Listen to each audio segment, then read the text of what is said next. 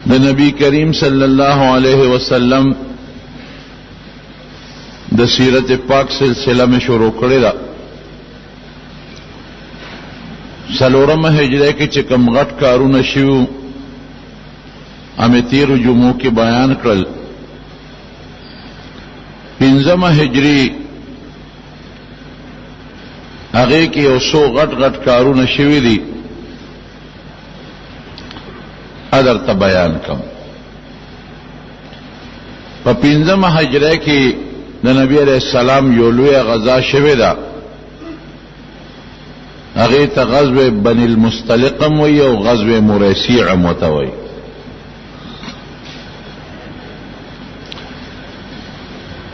نبی علیہ السلام ته اطلاع رااله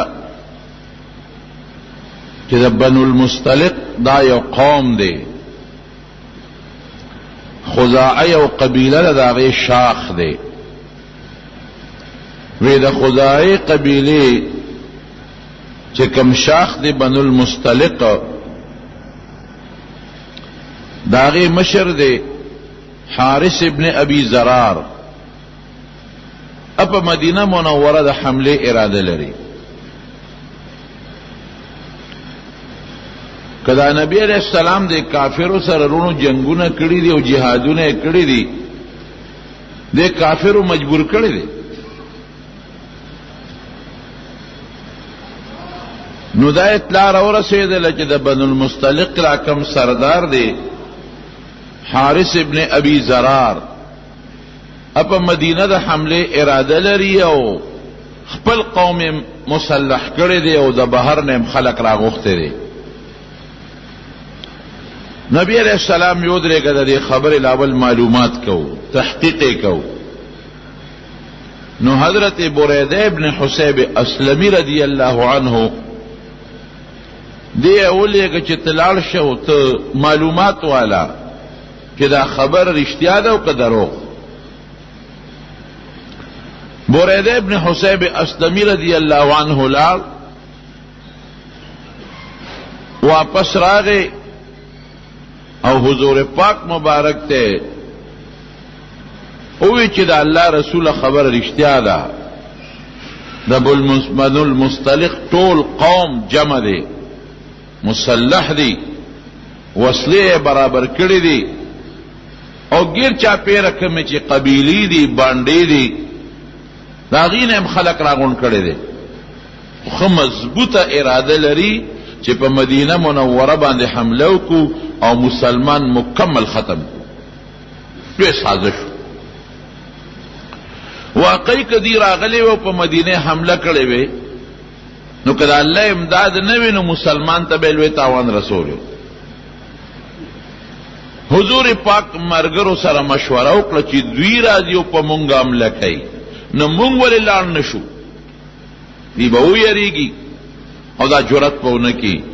نو په شعبان پنځمه هجره کې حضور پاک مبارک د صحابه یو لښکر تیار کړ، په ورغلل. په مدینه منوره باندې حضرت زید ابن حارثه رضی الله عنه امیر مقرر کړ. دا به د پیغمبر علیه السلام طریقه وه چې بهر ته بتنو په مدینه به یو امیر مقرر کړ چې دا خلق د هغه د امارت او د بادشاہ لاندې وي متفقي. نو زید ابن حارثه رضی الله عنه امیر کو حضور پاک سره صحابه ولاړ، هغه تیاری کو. هغه ته څه پته وه، هغه خو مسلمان بنا خبرې مونږ به په ناګهاني حمله کو مسلمان به ختم کو. دې کې په نبی علیہ السلام سره صحابه ورغ چې ورغې مخکې شو په حمله په وکړه. خدای پاک مسلمانانو له بری ورکړ، حالانکه د چا په کلی ورتلل او د چا په قوم ورتلل او حمله کول دا اثار کار نه دی، ګران کار دی. داسې بری خدای مسلمانانو له ورکړ چې د کافرانو نه یې ډېر لوی سامان په غنیمت کې راوړو. 2000 اوښان راوستل، 2000 دغه اوښان و چې هغوی د مسلمان خلاف استعمالول. 15,000 ته ګډه چیلې راوستې او 200 کورنۍ قیدیان کړل، مکمل سره د ماشومانو، سره د ښځو او سره د بوډاګانو ټول قیدیان کړو مدینه منورې ته راوستل چې تاسو سره اخر بد څه دي زمون خپل دین تاسو خپل دین ځان من ولې نه پرېږدي حضور پاک چې د مکې نه مدینې ته هجرت وکړو په خدای یقین کوي خلک کوئی بدر کې جنگ وشو ګوره دی براتلل او د مسلمانانو په چراغا به حمله کول دی براتلل او د مسلمانانو باغونه به سوځول دا د مکې کافر براتل او د مسلمانانو چې کم درمندونه وو هغه ته به ورونه ورته کړل او چې کم مسلمان به پلاره کې ګیره وه ټکاو به نو ظلم نه دی درته وطن پرې خود کلی دته پرې خود کورونه دته ډک پرې خودل د سامان سره تر روتل او پټی دته پرې خودل خاندان دته پرې خود کور کلی سو پرې دی نو پارا می پرې دی کړه نبی علیہ السلام وته تاسو تما سویلی زما خپل دین دی لکم دینکم ولی دین د جهاد د فرضیت نمخ کی خبره ده تاسو خپل دین زما خپل دین ولی به پارام نه پرې دی اوس دا بنو المصطلق قوم چو دوی سره د پیغمبر علیہ السلام سو دوی کافرو او صحابه مسلمانان دي د دوی خپل دین دا دوی خپل دین او د کلی ندی د وطن ندی د علاقه ندی نو کار مستدی چې تاسو راځي په مدینه د حمله اراده لري بس خدای پاک د حضور پاک مدد کوي حمله په وکړه مسلمانانو 200 کورنۍ ته غون قیدیان کړل 15 ګډ چيله 2 خان د ترا وستل چې دې څنګه په مخه کړل په دې قیدیانو کې یو جنیوا جویریه نمو جویریه پیغمبر علیہ السلام دا غنیمتونه تقسیم کړل یو صحابي دی حضرت ثابت او دا کم دی چې جنگ شوی دغه د یو چینوا هغه ته به مرسیع وي داغه چینی نومو نو دی جنگ ته په دی وجه غزوه مرسیع هم وي چې دا غنیمت یې څنګه واسطه او تقسیم یې وکړ نو دا جویریه دا د دوی د سردار لور وا د حارث ابن ابي زرار دا غ لور وا نو دا ثابت ابن قیس رضی الله عنه په غنیمت کې ورسېدا دی جویریه وته وی چې دا څه کار دی چې تا ته پته چې زدا خپل قوم د سردار لوري ما او زستا په عیسی کې ورسېدم نو ته ما سره یو مهرباني وکا ما زاده کا او یا داسې د چې تاسو کم سردار دی حضور پاک وته یاد کا نو ما غلا ورکه د سردار لوري مانو که تاسو سردار سره ما نو دا به ما د لپاره بهتره ثابت ابن قیس ورته وی دا سبو کم زبتا آزاد کم خو په یو شرط کتابت به وته مکاتبه به کم دوبره پیسې به مال را پیدا کی ابرا کې نو به آزاد کم دا جنرال جویریه او د حضور پاک ته مخامخ ودرېد وی سیب زمانم جویریه دی زده بنو المصطلق دا قوم چې کم سردار دی حارث دا غلوري او زه په غنیمت کې د ثابت ابن قیس رسیدلې زه غلنه مناسب زه مهرباني وکا ته ما ځان تکا ستا وینځم ستا خدمت وکړم او یا به داسې وکړم چې پیسې راکا هغه ما ته وایي چې ورشه پیسې راوړه زه به دې ازاده کړم دا سردار لوري مو داسې یو عام انسان سره نشم پاتې کېږي حضور پاک ورته ډېره ښکلې خبره وکړه وی چې زه تعالی اختیار درکم مکمل اختیار نو څنګه دې خوښه ده هغې ورته ووایي چې د الله رسوله دا خو زما اختیار دې راکړه نو بیا به فیصله زما په خپل لاس کې وي وی بالکل تعالی مې اختیار درکړه چې ستا څنګه خوښي هغسې وکړه دې جنۍ خو حضور پاک مخکې نه و لیدلي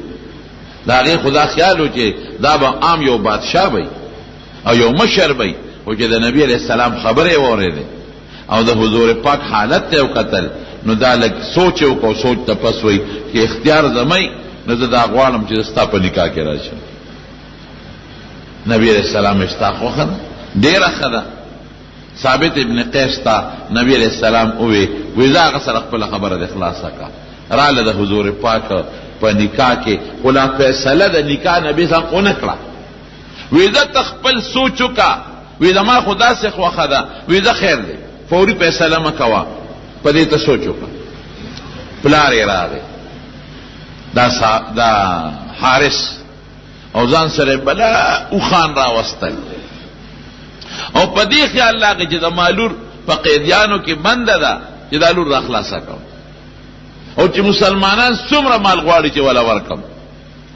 نو د پلار یو خان را وستلو پکې یو دوه قیمتي وخانو هغه د مدینې نه بار یو غرو دا غر په ویخ کې سملول او وی تړل وی زدا وخان بوزما که په دې ملور را خلاصه شو خو ټیک تا او که په دې را خلاصه نشوه نو بیا به دا دوه قیمتي وخان دي دا به مور سره کم دا به زما د دې لور فدیه شي. هغه وخانې د هغه غونډې شاته سملول سړی په مقرر کا او دا باقی وخانې مدینې ته راوستل. حضور پاک ته ودرېد وی صاحب زه حارث یم وی ګوره ظلم دې کو که نه تا څه کارو چې په مدینه د حملې اراده کول او د بار نه د قوم راغوښتو د خدای مونږ له برې راکړه چې مونږ ته پته ولګېده او مونږ درلو حمله هم در باندې وکړله. وی صاحب هر څه چې وشو په خپل ځای دي زه یو خبرې له راغلی سوال درته کومه تا ته مخامخ ولاړ وی وایه وی د وخان مې روستی دي زما لور په دې قیدیانو کې د مال خپله لور راکړه. حضور پاک وته وفرمایل دوه خبرې ورته وکړې وی که د اختیار ستا لور له ورکم څنګه به وخان نه غواړم دنه ستا لور له اختیار ورکم بیا به څنګه وی بس صاحب که لور له مې د اختیار ورکه خدا به په ما غټ احسان وکړي دا هغه خدا خیال و چې لور له مې اختیار ورکړي نو لور مې بیا دلته کم ځای پاتې کېږي ابه ما سره خامخا ځي. وی ښه ورشه لور سره د مشوره وکړه. دې لار جویریه رضی الله تعالی عنها ته وی ای بچې ما خو ستا په فدیه کې بله وخان روستی دی دوه وخان د پټ کړي دی هغه نه ښکاره کوي بله وخان مې روستی دی او رالم او ستاسو د مدینې د مشر ته مې هغه وخان پیش کړ خو هغه ما ته وایي چې ستا د لور اختیار دی نو بچې زه چې زوس اختیار ورشه ورته ووایه او ورته وایي چې بابا زه خو نه ځم وی چرته نه دی وی کلي ته وی ولې وی زه خو همده سره پاتې کېدل غواړم دا خو د خدای رښتونی پیغمبر دی دا خو د ما دپاره یو قسمت دی چې خدای پاک ما د سره پاتې کړي زه خو د مسلمانانو د مشر سره نکاح کول غواړم. وی درس کې وی نه چې دی راغی حضور پاک ته مخامخ ودرېده نبی علیہ السلام ورته وی وی حارثه وی هغه دوه خان د کوم ځای پټ کړی دی وی دا الله رسول تا ته چالوي وی ما ته زما رب ولوي د پلان کې غونډې شاته هغه دوه اوخان او تللو باقی دی راوستل بس خو چې ده وی اشهد انک رسول الله وی زه دې خبرې ګوی ورکوم چې د خدای رسول هغې نه خو یو زه خبرې یو ته خدای خبر بل چاته خو د هغې پته نه لګي اخو ما د غونډې شاته تللي سړی مې ورته ودرولی دی تا ته چې چا الوی معلومیږي دا چې ته د خدای رښتونی پیغمبر او خدای پاک ته خبر کړو وی بس زه کلمه ویم هم خدای مسلمان کو. هغه جویریه رضی الله تعالی عنها په خپله خوښه د حضور پاک په نکاح کې داخله شوه مسلمانه شوه د هغې فایده څومره راووته فایده دا راووته چې صحابو سره هغه 200 کورنۍ کمې قیدې وې کوم ماشومان قیدیانو او کوم ښځې او کوم بچي هغې وې دا ټول د پیغمبر علیه السلام د بیبي خپلوان دي د جویریې رضی الله تعالی عنها نو ټولې آزاد کړل د سیل مې بیبي عایشې صدیقې رضی الله عنها فرمایل وی د جویریې نه زیاته خوش قسمته بیبي مونږ په سترګو بله نه ده لیدلې وی ولې وی ځکه چې د یو صحابي سه ورسېده نو د هغه نه را منتقله شو حضور پاک له نبي علیه السلام یې خوښ کړ او دویمه خوش قسمته دا وه چې د دې د وجې نه د دې ټول قوم خدای پاک آزاد کړ ټول قوم چې څومره او د بنو المصطلق او څومره قیدیانو دا ټول آزاد شو او چې ټول آزاد شو نو په یو جبه خدای ټول مسلمانان کړل ګوره دا یو فایده خدای پاک ورسول د مارونو په دې جهاد د بنو المصطلق په دې غزا کې یو څو واقعیت پېښ شوي یو واقعه په دې کې دام پېښه وه چې په دې کې منافقین هم د نبی علیه السلام سره ملګري منافقین خو به تلل دا په مدینه منوره کې یو ټولګي و د منافقین مشر عبدالله ابن ابی سردارو د منافقان دی به په جبه باندې د اسلام او د ایمان خبرې کولې زړه کې دننه د مسلمان دشمنانو کافر. قرآن شریف کې الله فرمایي اذا لقوا الذين امنوا قالوا آمنا، چې مسلمانانو سره به کله ملو شو دی به مونږ خو مسلمانان یو، مونږ مسلمان شوي ایمان هم راوړی. واذا خلوا الى شیاطینهم قالوا انا معكم، او چې خپلو د مشرانو شیطانانو سره به ملو شو هغې ته به ګوره ستاسو ملګري. هلکه تاسو چې مسلمانانو سره کینې او منځونه ورسره کوئ او جنګونو له ورسره ځئ، وانا نحن مستهزئون، ټوقې به پورې کوو یاره، خاندو به پورې چې هغې دوکه کوو او دا ورته ووایو چې ستاسو ملګري یو، حالانکې موږ د مسلمانانو ملګري نه یو. دله نه کافر او د خولې نه به د ایمان او د اسلام او د شریعت خبرې کولې، منځونه به کول او جنګونو جهادونو له به تلل. نو په دې جهاد د بنو المستلق کې منافقین هم. نو یو موقع کې د یو حوس په غاړه د یو مهاجر او د یو انصاري جګړه راغله. مهاجر لګی شو او انصاري یو سپېړه وو. نو په دې باندې مهاجر چغې کړې، هغه انصاري چغې کړې یا للانصار، اے انصارو راشئ زما مدد وکړئ. مهاجر چې دا خبره اورېده هغه وی یا للمهاجرین، اے مهاجرینو راشئ زما مدد وکړئ. مهاجر له مهاجرین رالل او انصاري له د مدینې خلک رالل انصار. چې حضور پاک دا आवाज اورید وی دا څه چل دی؟ وی دا صاحب د مهاجر او د انصاري جګړه رااله، په اوبو باندې د اوښ په اوبو کولو جګړه رااله. وی بیا نو مهاجر مهاجرین ته چغې ووالی او انصاري انصارو ته چغې ووالی. د یو ملګري رالل د بلم رالل. حضور پاک پاغې خپش ما بال دعوى الجاهلیه دعوها فانها منتنه. وی دا د جاهلیت چغې ولې وخی؟ دا خو د جاهلیت خبرې دي چې خلق یو قوم ځان لرا بلی او بل قوم ځان لرا بلی. د قومونو جګړې دا د جاهلیت خبرې دي. جنگ او جګړه که کوي هغه د اسلام او د کفر په نوم وي، د قومیت په بنیاد بني. دا قومونه خدای صرف دې لپاره پیدا کړي دي چې خلق یو بل وپېژني. چې د پنجابیم او د پښتون او پښتنو کې د بیا د فلانکي قوم سره تعلق لرم او د یوسفزی دی او د فلانکي دی او د فلانکي دی. دا د قومونو قرآن شریف کې الله فرمایي پیدا مې دې لپاره دا قومیتونه جوړ کړي دي لتعارفو چې تاسو په یو بل وپېژنئ. فرمایي ان اکرمکم عند الله اتقاکم، د خدای په نزد بهترین انسان هغه نه دی چې زه عربیم او دا عجمي دی، زه غوره یم او دا ناغوره دی، زه پښتون یم دا پنجابی دی، زه غوره یم او دا ناغوره دی، زه سندیم او دا پنجابی دی نو زه غوره شم او دا ناغوره شم. نه، د خدای په نزد غوروالی په تقوا دی. حضرت بلال رضی الله عنه دا پردی مسافر او د پردی وطن د شکل نمتورو، جامع بم د غریب نوې، پردی غلامو خو چې تقوا پکې و پرهیزګاری پکې و. نو قسم دې د مکې د لویو لویو سردارانو نه د خدای په نزد بهتر دی. فضیلت په قوم نه دی. یو سړی د کمزوري قوم سره تعلق لري او عبادت یې وکړو، خدای ته ځان نږدې کړو، دې د غټ سردار نم چې هغه کې دین نی، د هغه بېدینه غټ سردار نم د خدای په نزد بهتر دی. نو حضور پاک په غصه شوي دا خو د جاهلیت خبرې دي. قرآن شریف کې الله فرمایي تعاونوا علی البر والتقوا ولا تعاونوا علی الاسم والعدوان. ویو بل سره چې امداد کوي په نیکۍ کې وکړي، په تقوا په پرهیزګارۍ کې وکړي، په ګناهونو کې به یو بل سره مدد نه کوي. اوس هم ډېر خلک د یو قوم سړی چې پاسي دا قوم مرګري ورسره ودرېږي، په ګناه کې مو سره ودرېږي. هلکه زه جنګ لزم راځه زه د سره ځم، زه د پلانکي مرګ لزم دا قوم والا وتوی زم د سره ځم. نه، په نیکۍ کې ودرېږه یو بل سره، په ګناه کې به یو بل سره نه ودرېږي.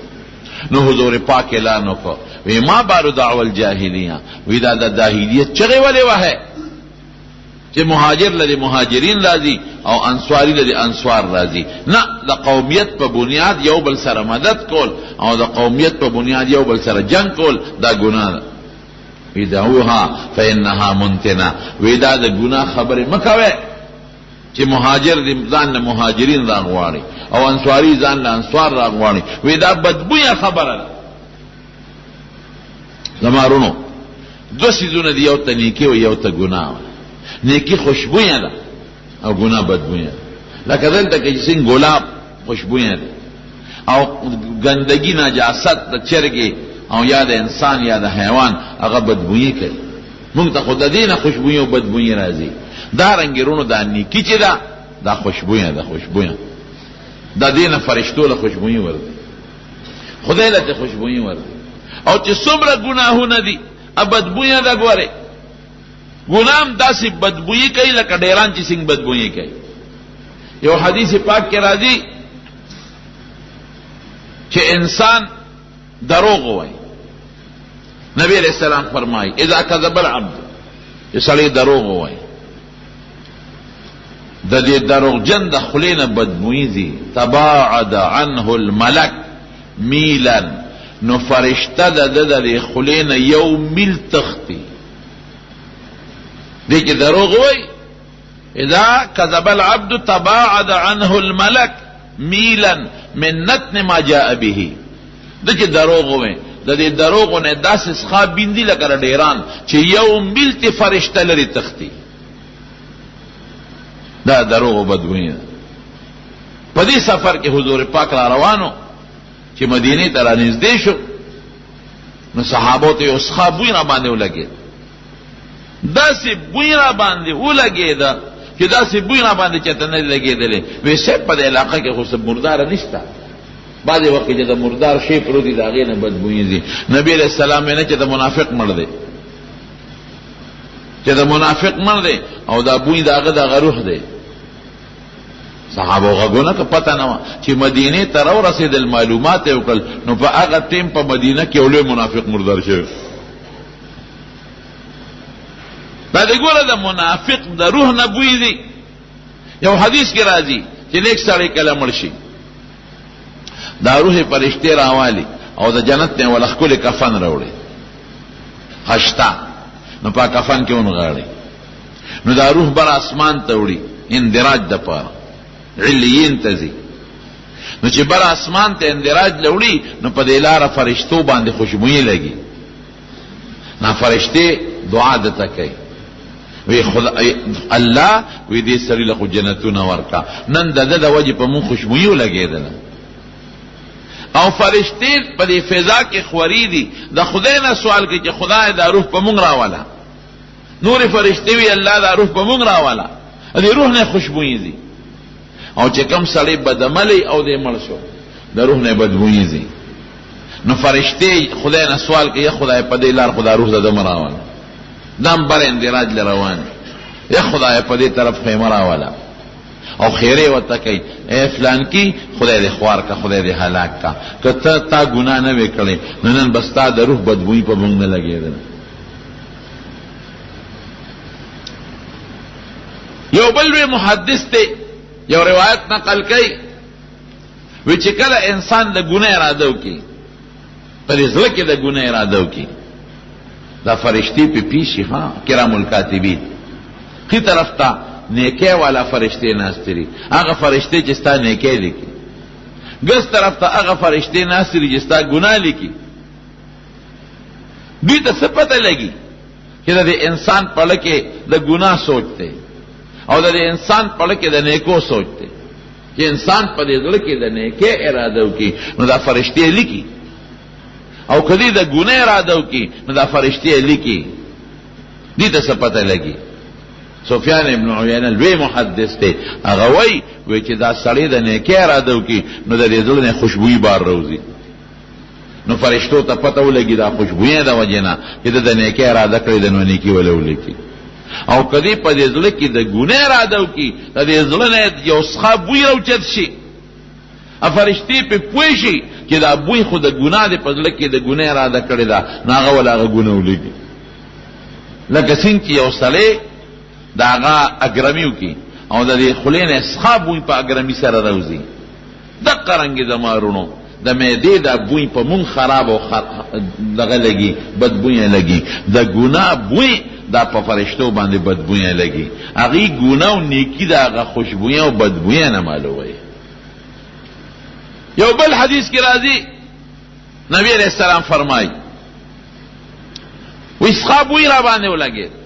یو په یو موقع فرمایل صحابه او ته سب دا بوی د سده وی تاسو لګ باروزه نو دغه د منافقین لګیای د مسلمانانو غیبت کوي وی دا بوی دا غیب.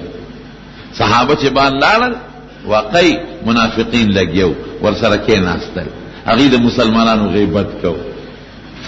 نو ګوره که څوک غیبت کوي یا څوک دروغ وای او یا څوک ګناه کوي نو دا غي نه یو ښه بویزي چې پاغي مونږ نه پويګو او پیغمبر په پويږي عليه السلام یا د کشف خاوندان په پويږي او یا فرشتي په پويږي. ګناه دومره خطرناک شی دی څنګه په ظاهر کې د دې مادي سيزونو خواص دي الکه د دې شیدا خاصیت ته چې دا ګرم دی او دا یخ دی او دا خوشبویه دی او دا بدبویه دی. دا رنګه چې دا کم روحانی سيزونه دي غیر مادي د دې خپل خاصیت دي. د نیکه خاصیت یخ دی یخ د ګناه خاصیت ګرم دی. ګوره حدیثو کې ناراضي حدیثو کې چې نبی علیہ السلام دعا کوي سوي اللهم اغسل خطاياي بالماء والثلج والبرد. خدای زما دا ګناهونه په اوبو باندې پاک کې په ووره وینځي او په غلې باندې وینځي. نو علماء په نور معنی کوي او یو آسان معنی دا ده چې د ګناه خاصیت ګرم دی ګرم لکه څنګه چې ظاهري وجود ګرم شي او خلک په د پاسه او باچي. ګوره تبي والا باندې خلک او باچي کنه یا د ګاډي انجن ګرم شي نو خلک په د پاسه او باچي کنه چي. نو څنګه ظاهري ګرمي او بولر کې د قرنګي چې کوم روحاني غیر مادي د ګناه تاو دی هغه هم په الله د سوال کې چې خدای په بو او په غلې او په وره باندې را لری کې نو د ګناه خاصیت ګرم شي. یو بل څنګه ظاهري شي خوشبوې او بدبوې دي دا رنګي نیکی او د نیکی خاصیت دا دی چې دا خوشبوې ده او د ګناه خاصیت دا دی چې دا بدبوې ده. نو حضور پاک صحابه ته فرمایل وداوها ودا چغه موه انها منتنا ودا خو بدبوې خبرې دي. عبد الله ابن ابي خود مدینه هغه ته چاالوي وې د مهاجر او د انصاری جګړه رااله. مهاجر لګي شو انصاری یو هغه ته مقابل او شو دی خو منافقو وې ګوره کنه ما درته نه وی چې دا مهاجرین مپرې ده کلی کې پرې خودل او عیاذا بالله دې سپکه خبره وکړي وې ساربم کړل ساربم اوس په موږ راو لګیدل اوس موږ وای مرګري وسره نور مدریدل او کنه دا خو نشو. نو عبد الله ابن ابي دخلني یو خبره وته ویل رجعنا الى المدينه لا يخرجن الاعز من الاذل. ودا سکال چې دا مهاجر ډیر ذلیل خلق دي او موږ د مدینه خلق ډیر عزتمن یو. نو چې مدینه تلاړ شو نو دا مهاجر بو بس حضور پاک او دا مرګري به غونډو باسو چې خپل وطن ته مکه. یو صحابي راغی او نبی علیہ السلام ته الوی وی سیب عبد الله ابن ابي خطا څه خبره کوي چې موږ عزتمن یو او دا مهاجرین ذلیل دي او که مدینه تلاړو دوی به باسو. نبی علیہ السلام فورا عبد الله ابن ابي پسې سوال جواب ولېګا او راوي غوښته وی تا دا خبره کړې نه هغه قسم په خدای کې دا خبره کړې دروغ یو او قسم یو خو. نو حضور پاک دا هغه قسم تاو قتل هغه صحابي ته وی ګوره ما تر دروغ ومه او د قوم په یو مشر دی الزام ولګاو. صحابي وی خدای بس پریشان شو لکه چې هغه قسم وخوام او قسم چې د پیغمبر په مخ کې وخوري خدای په نوم کو پیغمبر اعتماد کوي. وی لیک سات تیر شو نو نبی علیہ السلام ما پس استاد راولېګا وی دې غختم وی ما ته وی چې خپکیګه ما خدای په قران کې ستاسو تصدیق کو د عبد الله ابن ابي تکذیب وکړ هغه قسم په دروغ غوړل. حضرت عمر فاروق رضی الله عنه چې پتاو لګیدا چې دا خدا خبره کړې ده خدای په قران شریف کې فرمایي چې دې دا خبره وکړي لا رجعنا الى المدينه لا يخرجن الاعز منها الاذل. حضرت عمر راغی وی شیب حکم راته وکړه چې د دې منافق دا سر په تور وګ هغه بہادر انسانو تیار تابعدار ناز دو وی حکم وکړه چې دا سر دیوا نبی علیہ السلام میں نه غږ به ورته نه کړي. بیا به سبا خلک وایي چې مسلمانان خپل ملګري وژني. نو مولانا ادریس کاندهلوی رحمت الله علیه په سیرت مصطفی کې یو ډېره ښکلې خبره لیکلې ده. وی عبدالله ابن ابی پسې عمر پاسېدلی و.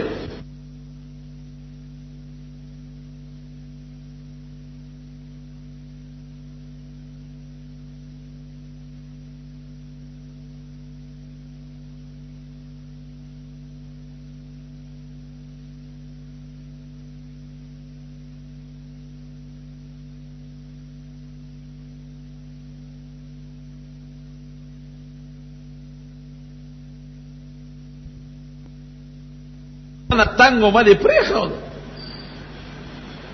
زما ټوکی خو به د کولی خلق بیدان ته راغونډول او خلق به خندول او زما جامه او شکل به جوړ کړو. نو چې د چا نه تنګم نو خدایا دې پریخود.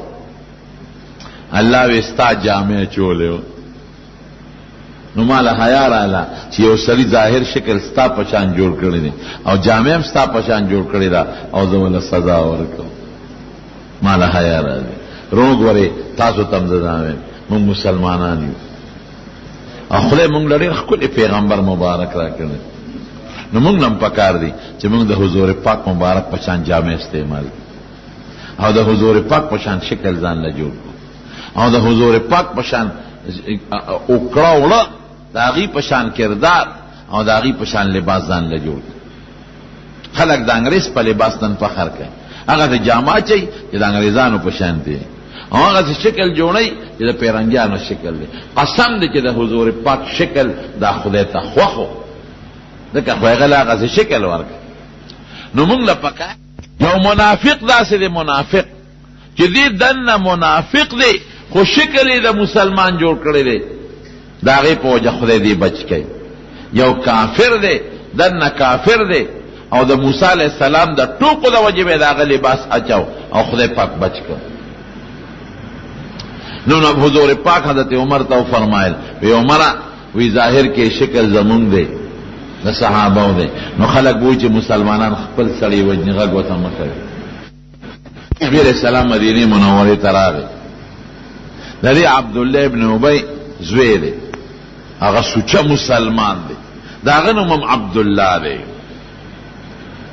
هغه راغی حضور پاک ته کېناست. وی صاحب یو خبرې له راغلی وی وایه وی زه خبر شوم چې تا زما د پلار د مرګ اعلان کړی دی.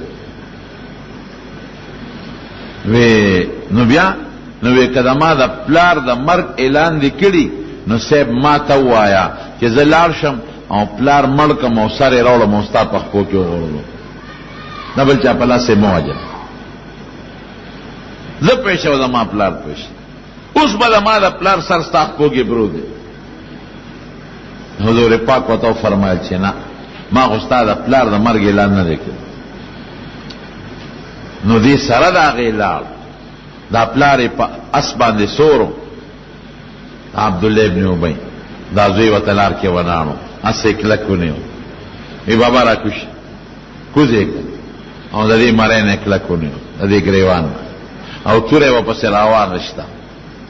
پلار ورته وی بچې ته زما زوی نه وی یم او د دې پلار او زوی یو بل سره ډېره مینه وه.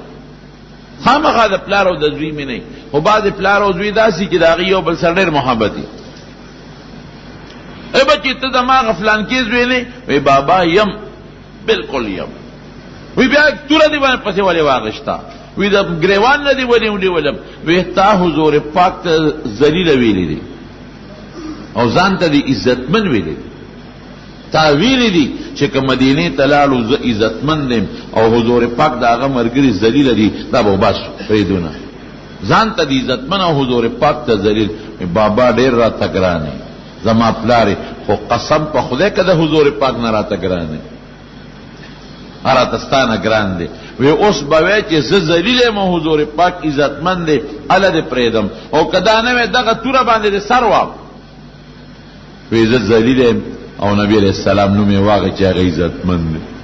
وی بیا ووایه وی زه ذلیل یم او حضور پاک عزتمند دی. وی بیا ووایه وی زه ذلیل یم او حضور پاک عزتمند دی. وی زه په مخه دی مسلمان چې مسلمان ابا د خدای او د رسول په مقابله کې بیا پلار نه دی، نه به پلار پیژني، نه به رور پیژني، نه به ښځه پیژني، نه به تربور پیژني. د بدر په جنگ کې چې کله مبارزه کېده د یو بل سره جنګېدل، د حضرت ابوبکر صدیق رضی الله عنه زوی عبدالرحمن میدان ته راووت او توره لاس کې اوچته کړه او چغې وواله هل من مبارز، شته چې څوک زما مقابلې له راوځي. دا به یو میدان ته وتل، پرزونې به یې کولې، عام جنگ به وروسته شروع کېده. هل من مبارز، شته چې زما مقابلې له څوک راوځي. چې دا اواز یې وکړ، حضرت ابوبکر صدیق اواز واورېد، نو د زوی اواز خو پیژندلی کېږي. چا نه تپوس وکړو، وی دا اواز د عبدالرحمن خو نه زما د زوی، وی جی دی، بس تورې له شرنګ ورکړه او منډه یې کړه. وی تاسو مه ورځئ، زه ورځم. حضور پاک لږ د مټه ونیوه، وی ابوبکر ته به نه ورځې، بل څوک دې میدان ته ورسي. د صحابو خاصیت داو او د مسلمان خاصیت بدای چې د خدای او د رسول په مقابله کې به نه زوی پیژني، نه به رور پیژني، نه به تربور پیژني. نن مونږ څه کوو؟ نن مونږ د رور او د تربور، د پلار او د زوی د خاطره خدای او رسول پرېښي، نه مو دې پرېښي. رور سره او تربور سره خلک پردي مرګ له نه ځي. ولې ګناه ګټې؟ قومي سره خلک مرګ له نه ځي، والو ټکولو له ورسره نه ځي، پردي عزت اخیستو له ورسره نه ځي. نو دا د خپل قوم چې خدای او رسول دې پرېښود کړه. د قوم سړي سره قوم نه ودرېږي. دې ته دا ورته نه وایي چې هلکه ګورې که په نیکۍ کې خو د سره ودرېږم او په ګناه کې د سره نه ودرېږم. نه، که هغه نیکي کوي او که ګناه کوي، بلکې عموما زمونږ جګړې خو د ګناهونو جګړې وي، نو قوم سره ولاړې. دا سخت جرم دی او سخته ګناه ده. صحابو دې ته نه دي کتلې، دی زوی دی او کافر دی، بس دا سره ختم. دا زوی دی، دا پلار دی، دا منافق دی، دا کافر دی، توره سره مخامخ راغشته دی. خدای او رسول د هر چا نه مخکې دی. زمارونو په دې جنگ کې یو خدا واقع پیښه شو، یو واقع په دې جنگ کې بله پیښه شوې ده. ډېره عجیبه واقع ده او ډېره خطرناکه واقع ده. په دې جنگ کې د حضور پاک مبارک سره په بیبیانو کې حضرت عائشه صدیقه رضی الله تعالی عنها او یو وسره حضرت ام سلمه رضی الله تعالی عنها. د حضور پاک په دا مبارک عادتو چې کله به په سفر ته بیبیانې ګړې وې نو قراندازي به یې وکړه، نو چې د چا نوم به په پچه راوخت ابې ځان سره بوتله. بیبي عایشه صدیقه فرمایي وی په دې جنگ کې زما نوم راوخت او د ام سلمې رضی الله تعالی عنها نوم راوخت، مونږ یې ځان سره بوت. چې واپس راتلل نو په یو ځای کې دمه وکړه، ځکه د شپې به یو ځای کې دمه کوله. چې دمه یو ځای کې وکړله، صحابه مو د شوخانې وتړل، خیمې خښې کړې. عائشه صدیقه رضی الله تعالی عنها فرمایي وی دما خو عمر کم نو عمرو، نو وی ما دا چلو که چې د لاړم او د سماتی ده صحرا کې لرې ښځو له به ځان له ځای مقرر کړه چې که زنانه او د سماتې کې هغه طرف ته مه کوي، هخوا به سړي نه دي. او د سماتې له لاړه شپه وه. چې واپس رالم نو وی زما یو امیل و ارانه غورځېدلی په لاره چې ته پروت یم. وی په کار دا وه چې ما حضور پاک ته ویلي چې د الله رسوله ما نه امیل پروت دی، زه د امیل ګورم، یا صحابو ته ووایه چې د امیل وګورئ. وی ما دا خبره ونه کړه. وی ما وی چې زه خو په دې لاره پروت دی او چې زه د اودسماتې ځای له لاړ شم واپس راځم نو د امیل به پیدا کړم او زر به راځم. اودسماتې له به وی مونږ لرې تلو، وی چې لاړم امیل مې کته او وی زه چې په کوم اوښ باندې سورېدلم د لرګي یو غټه ډولۍ به وه، وی زه به هغه ډولۍ ته وختم. نو وی صحابو به هغه ډولۍ اوچته کړه او په اوخ د پاسه به کېښوده. او یې ښځې دا هغه وخت و چې زمونږ ډېر واړه واړه وجودونه و، ډوډۍ نه وه نو چې د په څلورمه پنځمه ورځ باندې وړی ډوډۍ میلاو شوه، هم هم یو نوړی دوه وه، وی وجودونه هم ډېر واړه. وی زه لاړم هغه عامل مې طلب کوم او دې کې نبي علیه السلام اعلان وکړه چې ځئ چې ځو.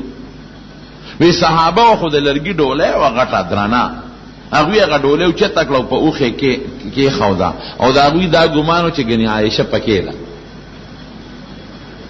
دا نو هغوی وی سوچ ونه کړه چې دا ډولۍ سپکه ده او دې کې به داني، خو هغوی پې ځکه پوه نه شو چې زما وجود راکوټی و، او دا هغه خلک و چې زما په ډولۍ باندې مستقل مقرر و، لکه زما ډولۍ به د اوښ نه دوی کوزوله او زما ډولۍ به بیا اوچتوله او په اوښ به دوی کېنوله. نو بس هغوی خو ډولۍ اوچته کړه او قافله روانه شو. وی چې زه دغه راوخته نور راوخت نو زما میل پیدا شو. وی میل مې راواغېسته، وی چې زه رالم ومې کتل قافله تلې ده. خدایا اوس په کوم طرف لاړه شم؟ وی ماله کې سوچ کو چې راشه دا کم ځای کې مونږ شپه تېره کړې ده، زه به دلته سم کېنم. نو بل منزل کې به صحابو ته پته ولګي زما ډولۍ به کوزه کي چې زه پکې نه یم، نو حضور پاک به خبر شي، نو ما پسې به څوک راولېږي. وی زه په هغه ځای کې کېناستم او سملاستم، وی دې کې خوب راغی ویده شوم. نو د حضور پاک به دا طریقه وه چې یو څو کسان صحابه به د لښکر نه وروستو را روان کړي چې تاسو مونږ پسې لږ وروستو راځئ، ولې هسې نه د شانه څوک حمله را باندې ونه کړي. یو صحابي حضرت صفوان رضی الله عنه وی هغه په خپل اوښ را روانو، وی چې راورسېده او زه ولیدم نو زه وپېژندم، ځکه چې د حجاب د پردې د آیاتونو نه مخکې به ده زه لیدلم، پردې حکم نو نازل. وی چې زه ولیدلم زه وپېژندم. وی ده وی انا لله و انا الیه راجعون، چې دا یوازې دلته څه کوي؟ وی زه د ده په دې انا لله راویښه شوم. وی زما د قسم د الله په ذاتي بیبي عایشه وی که د دې صفوان نه به د دې انا لله نه بغیر ما بله خبر اورېدلې. وی بهر کې اوښې سملاو او چې اوښې سینګ سملاو نو د اوښ په دې کونډۍ باندې خپه کېښوده چې دې ټوپ ونه وای، او زه پاسېدم څادر مې په ځان برابر کړ او په اوښ د پاسه سوره شوم. اوښ روان کده او د غرمې وخت و چې نبي علیه السلام یو ځای کې دمه کړې وه، هلته ورورسېد. حضور پاک ته مې الوی چې صاحب دغسې واقع وه، ډېره ښه. مدینې منورې ته لاړم، په مدینه کې منافقانو په بیبي عایشې صدیقې الزام ولګاو. عایشه صدیقه فرمایي وی زه د سننیم خبر، وی زه هسې ناجوړه شم په مدینه کې بیمارو، وی نور راته پته نه لګي. دوم په دې سفر کې دا واقع پیښه شو، بدن المستلق والا سفر کې. وی نور زه خپه نه وم، خو نبي علیه السلام به نور کله چې ما سره کومه مینه نه کوله نو هغه مینه نه کوله را سره، او چې کومه خوشطبیعتي به یې را سره کوله هغه نه کوله. وی زه بیمار وم، صرف دومره به راغې مانه به یې تپوس کړو کیف تیکم څنګه یې؟ ما ورته چې صاحب ښه یم. بیا به وویل چې ما ته نور پته نه لګي چې څه مسله ده. نو زما رشته داره و ام مستح، وی هغې ته ما وی چې اودس ماتې لځو. وی دا هغه زمانه وه چې د مدینې خلکو به په کورونو کې نه ښځو اودس ماته او نه سړو، د ښځو ځان له ځای مقرر و چې هلته به اودس ماتې لځي، او د سړو ځان له ځای مقرر و. مدینه کې په کورونو کې د هغې رواج ده چې په کور کې دننه به اودس نه ماتو، نه سړو نه ښځو، دا چا خپل رواج. نو ما دې ام مستح ته وی چې زه چې زو اودس ماتې لځم. وی دا را سره شو، ما هم برقه په سر کړه غټ پړونې و دیم، وی لاړ اودس ماتې ده.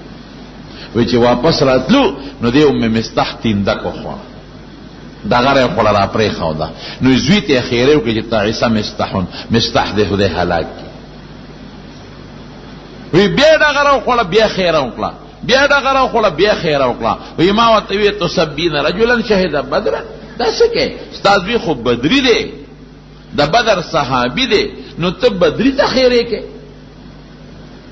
دا زوی مستح بدر، او د بدر کې چې چا شرکت کړی دی د خدای په نزد هغه ډېر بهتر دی.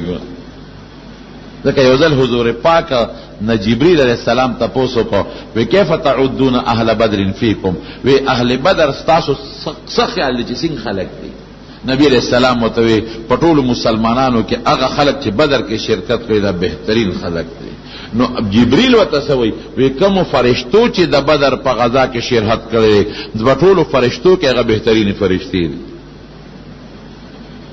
وکذالک من شهد بدرا من الملائکه نو بی بی عائشہ وتوی د مور ته چې استاد وی خو بدری دی بدر کې شریک دی نو تا غته خیره کې نو مور راتوي چې تا ته سپته لګي قمقلې ته څه خبره مې چې ولې وی چې داس نماز وی خو پتا الزام لګولې مې چې د الزام وی چې دغه سته بدنامه کړي اوه وی چې کور تراله مرض مې نور زیات شو دا شو دا چې نبی علیہ السلام سورزونه کور ته راځي او ما سره هغه تعلق نه ساتي چې کوم مخکنی دی دا خدا وجه ده وایي چې دې کې حضور پاک کور ته راغی وایي ما ورته چې صاحب مور کره لاړه شم وایي ما مطلب دا چې مور کره لاړه شم چې معلومات دی والا مور کره لاړه شم وایي حضور پاک مبارک له اجازت راکړه وایي مور کره لاړم وایي چې مور له لاړم وایي مور ته مې چې مور دا څه مسله ده وی ما ته چې بچي مخه پکېږي هیڅ فکر مکاو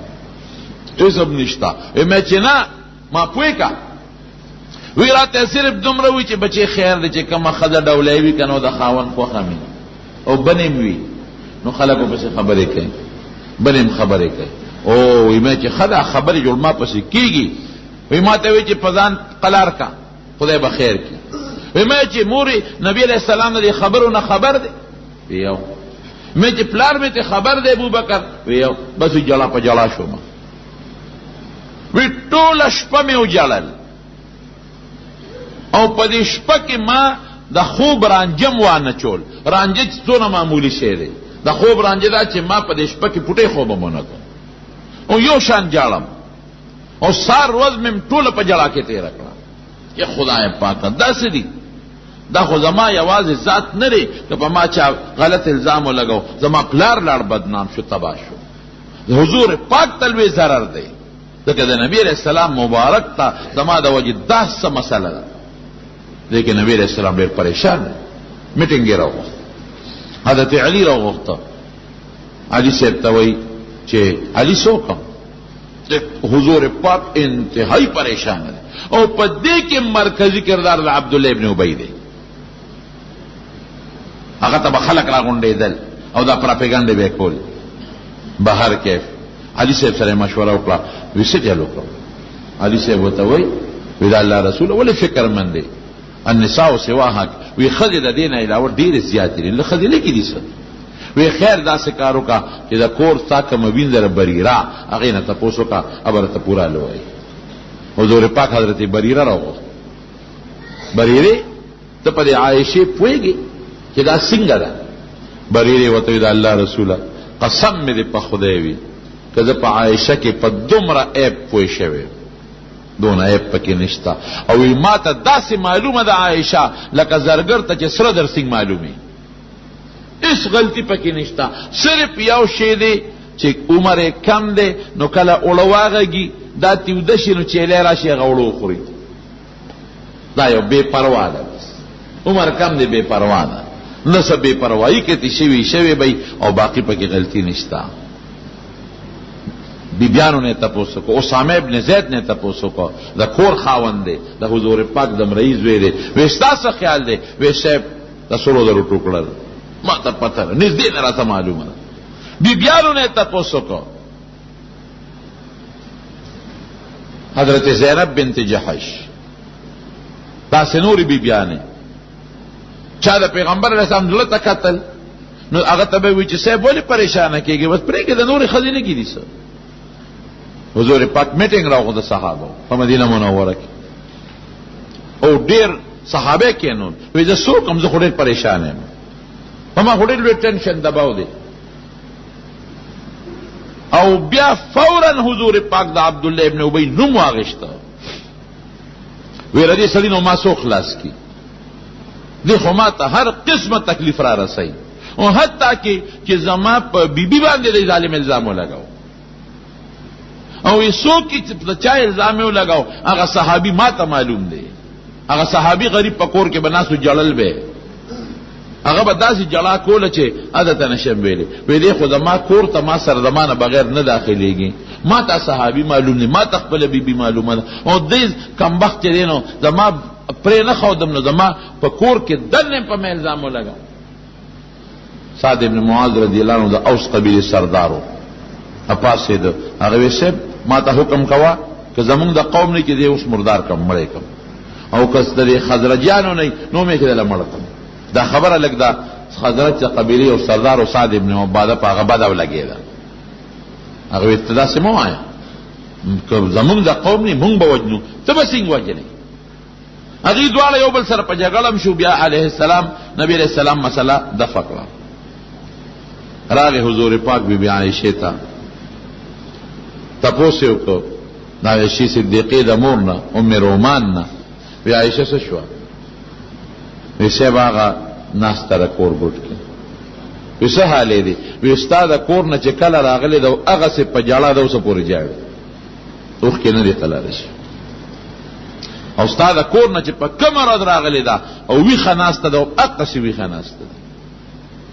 بی بی عایشه صدیقه وی نبی علیه السلام راغی ما ته کېناست وی ما ته وی عایشې رښتیا راته ووایه پوره حال وایه رښتیا. وی چې دا خبره څنګه نبی علیه السلام وکړه وی ما له غصه راله عمر مې کم و مې چې د الله رسوله که زه درته اوس ووایم چې زه پاک یم هېڅ غلطي ما کې نشته نه یې منې زما خبره نه منې او که درته ووایم چې دا غلطي مې کړې ده نو اوس به ومنې خو زه تا ته اسم نه ویم صرف دا به ووایم د یعقوب علیه السلام د یوسف علیه السلام پلار چې څه ویلي و هغه ټکې درته ویم کله چې هغه ته خلکو ضرر ورسو نو هغه وی والله المستعان علی ما تصفون ای خلقه چې په ما ته هر څه تاسو وایې د ما مدد د چا په لاس کې دی؟ د الله. بس زم دقه ویم والله المستعان علی ما تصفون. وی پاسېدم د حضور پاک نه او کېناستم بیا خدای ته په ژړا شو. وی ما ته وی زه ستا معامله خدای ته سپارلی شوې ده نو چې څه فیصله الله وکړه. وی ما ویلې لکې چې الله ته زما مسله وسپارلی شوې نو خدای ډېر مستغني بادشاه هېڅ پته نه لګي. بنده خو زر خپله فیصله کوي د خدای فیصلې خو کله زر وي او کله وروسته وي. خدای ته زما فیصله وسپارلی شوه نو چې میاشت پس به فیصله کوي که کال پس به کوي او که لس کاله پس به. وی دا حالت و چې حضور پاک باندې وحی راله. وی چې وحی راله نو وی د حضور پاک هغه حالت خو ما ته معلوم و کنه. وی دې درمیان کې ما یو ځل په مانځه ودرېدم.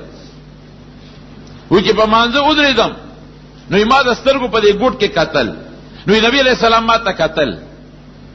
وی چې کله ما په دې سترګو ګوټ کې ورته وکتل نو ما نه مخ واړاو دومره پریشان. وی دې کې نبی علیہ السلام باندې وحی راله او د وحی کیفیت بدو چې په سخت یخنۍ کې به دې خولې به دی. وی خولې پې شروع شو. وی چې وحی ته څنګه لاړه نو وی ما ته آواز وکړه چې عایشې دلته راشي. وی لومبه خبره دا وکړه چې عایشې مبارک دې شي قد برأک الله خدای پاک قرآن شریف کې ستا د پاکۍ اعلان وکړه. اولئک مبرؤون مما یقولون لهم مغفرة ورزق کریم. او پورا قرآن شریف کې خدای پاک تقریبا 13 آیتونه په سورۃ نور کې نازل کړل او الله د مسلمان نه ګیله وکړه قرآن شریف کې چې تاسو ته دا پته نه ده چې د پیغمبر مبارک نکاله به زه ګنده ښځه راولم که پاکه به راولم او چې تاسو دا خبرې واورېدې نو صحابو نه ګیله وکړه نو تاسو له دې خبرې رد ولې نه کوو؟ او تاسو ته پته نه وه چې منافقین دا خبرې خورئ نو چې منافقین دا خبرې خورئ نو تاسو د منافقینو خبرې ولې ومنلې؟ او قرآن کې فوراً الله اعلان وکړو الطیبات للطیبین د پاکو سړو سره پاکه ښځه لګي والطیبون للطیبات او د پاکو ښځو سره پاک سړي لګي. نو چې پیغمبر پاک دی ښځه به د کوم ځای نه پلیته شي. تو سوچ نه کوئ په دې خبره. ګوره الله قرآن شریف کې سختو الفاظو سره ګیله وکړه او بیا څه وی چې دا چې الزام لګولې څلور ګوان اوس پیدا کړي او که څلور ګوانې پیدا نه کړل نو رجم به ورکوم درې به ورکوم سنګسارو به. زو سرور گوان دی پیدا کی گوان چا سره چې تحقیق شروع شو چا سرم گوان نشتا الکه تا دا خبره ولی کړی دا فلان کی کولا الکه تا ولی کولا فلان کی کولا الکه تا ولی کولا فلان کی کولا دریو کسانو ته خبر راغونډه شو یو خزه او دریو کسانو ته راغونډه شو او دغه حرامي عبد الله ابن ابي پکې بچ شو ځکه هغه باندې ثبوت نو هغه نه چې تا تاسو کوئی فلان کې وای خپل وسره زنو درې کسان یو خزه وا او دو سړي هغه چې تاسو شو هغه سره دانو چې پلان کې ویلې دي د ثبوت سره سره هغه درې کسان هغه چې په جنگ کې منو په لار کې منو په سفر کې شریک نو نبی علیہ السلام هغه بیا درې ورکړي سزا ولا ورکړه دا یو واقع کې خشو نو قرآن شریف کې الله فرمایي چې ظاهر کې خدا خبره خنه ده خو په حقیقت کې د مسلمان د پاره د فائدې خبره وګرځیدله ولې د عائشې صدیقې رضی الله تعالی عنها متعلق قرآن صفحه نازل کړه یو غون صورت دغه په صفحه کې خدای پاک نازل کړ یو پکې دغه مستح چې دا پکې شاملو حضرت ابوبکر صدیق د مور د ابوبکر د ترور لور وا او د دې مستح ټول خرچه ابوبکر کوله بس هغه قسم خوړه نن نه پس به مستح له یو نړۍ وروړې نه ورکوم زه سره سکم او دا زما رشتہ دار دی او زما د لور په بدنامۍ کې رد لاس دی نن نه پس به یو نړۍ نه ورکوم الله قرآن شریف کې آیات را دیږي ولا یأتل اولی الفضل منکم والسعة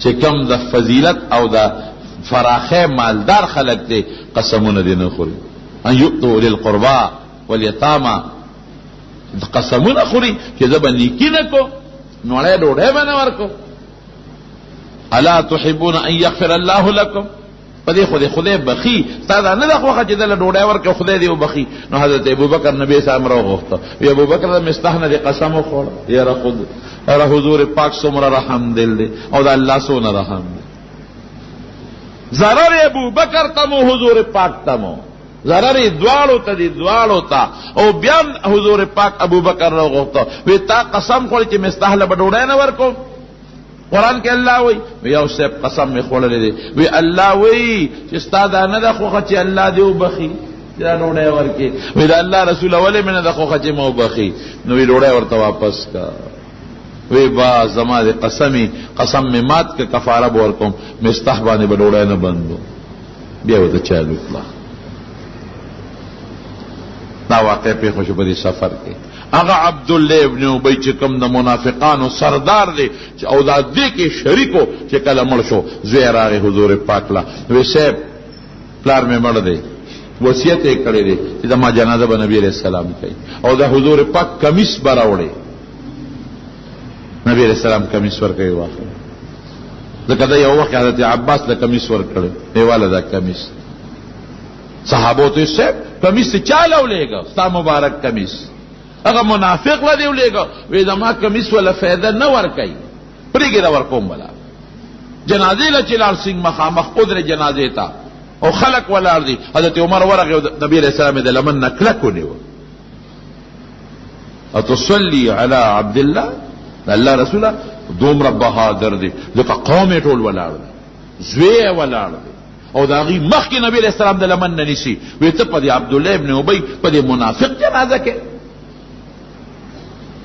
پلان کې روزي دا نه دی ویلي پلان کې روزي دا نه دی ویلي پلان کې ابو جهل او عتبه او د مکه سردارانو دومره تاسو سره دښمنی نه کړل کده چې څومره کړل د پوری دښمنی اسانه ده خو الزام لګول او جامه ګنده کول دا ډېر ګران کار په دې خبيث جنازه کې نبی علیہ السلام وته مسکی شو وی اخر عني يا عمر رستش قوم په جنازه بیا ولا مخل راغی یا الله رسوله مکو په دې خبيث جنازه عمر رستش تمام پرې دا ګورا وی تا الله نه دی ویلي چې که بخنه ولا غواړي کنه غواړي نه بخم ان تستغفر لهم او لا تستغفر لهم لن يغفر الله لهم وی ما ته الله دام ویلی دي ان تستغفر لهم 70 مره لن یغفر الله لهم که اویا کرته ولا بخنه غواړي نه بخم نو زه ولا د اویاو نه زیاته بخنه غواړم که خدای بخي. ګوره د حضور پاک رحم الله وی که اویا کرته غواړي نه بخم نو زه ولا د اویاو نه زیاته غواړم. دا عمر رسو شه خو چې جنازه پې څنګه وکړله نو آیات نازل شو لا تصلي على احد منهم مات ابدا. دې نه پس به په منافق جنازه باس نوره نه کوي. او داغه جنازه سر شو د حضور پاک د په زرګاو قوم او څه کافر او څه منافقان خدای داغه جنازه د وجه ټول مسلمانان کړل. دا عظیم واقع پیښ شو. د تیمم حکم هم په دې سفر کې نازل دی. عائشہ صدیقہ رضی اللہ تعالی عنہ فرمائی او دا هم دغه میل د لازم دا مثلا دا میل نه پیښه شو هم دا میل نه پیښه شو وی زما میلو ارانه رک شو وی نبی علیہ السلام صحابه پسې ګرځول چې دا میل ولا پیدا کړي په دې کې د مانځه وخت شو بنشت. حضرت ابوبکر پسې خلک لاله چې ته وګوره عائشہ ته د دې بیا امیل رک کړی دی او نو بشتا او نه ګذرشتا نه خلکو سره وبشتا او د مانځه وخت وی حضور پاک ما سره خوا کې په دې کونډه سره خو دې ودو او ابو بکر پلار میرا په تشی والم دلته وی ما ته و چې حبست رسول الله صلی الله حضور پاک دې بند کړي او خلق دې بند کړي وليسوا على ماء وليس معهم ماء ندوی سره خپل او بشته نه ګذرشتا او یزل قیدی ځکه نشم غزار ډیر سختو چې مې حضور پاک براویخ شو ده وی دې کې نبی علیہ السلام رستو راویخ شنو خدای پاک د تیمم آیات نازل کړ. ګوراشي کې الله حکمت فإن لم تجدوا ماء فتيمموا صعيدا طيبا که یو ځای کې وبني تیمم وه وی خلق را مال مبارک باد را کو چې مبارک دې ابو بکر ستاسو د وجه نه خدای امت ته خیر ورسو. دا کې یو ځای کې څوک وی اول توبني نو تیمم دی وای